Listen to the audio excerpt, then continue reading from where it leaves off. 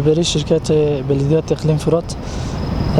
ده هفته که و هفته شده ما اوکی دست پیکر مرحله که نمیاد دست پیکر اوج مرحله بلوک محن ها تشتی کاتن تجربه کردن سه نوع بلوک ما تجربه کرد یک 10 15 و 20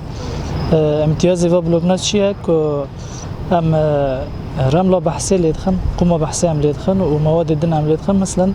اجار بیتری ویجی کل در و مثلا ببیجن جیدن کتی چکرن 100 لیت کول جمع مجموعه جی هندکتر لیدخن مثلا 75 هم لیدخن جبوی که چمان توی ویز زده تربه و قوات خارجی هم بیتربه ما و هر سه مرحله بلوک 10 و 15 و 20 مدانه چکرن نوع دنج دو چکرن یه هور دیجین هم دخنه تجربه هم ویج لیت خنه کام بجن چه شکلی درد کوي یا باشتر درد کوي باشتر درد نکوي موجی این قصه تجربه کام بنرن کو چه ده به شکل یومی الوی در شرکت جمع 4500 5000 بلوک درد کوي روزانه به شکل بلوک الجمع ممیزی و یعنی یک ضفره اید دیانجی پر قوینه قوات خارجی چیه رمل بحثی يعني قوموا عم تيرد الشغلن وشمان تيجي عم زيادة ليدخن جبوا كان بيجن هم قوات لي تربه وهم جي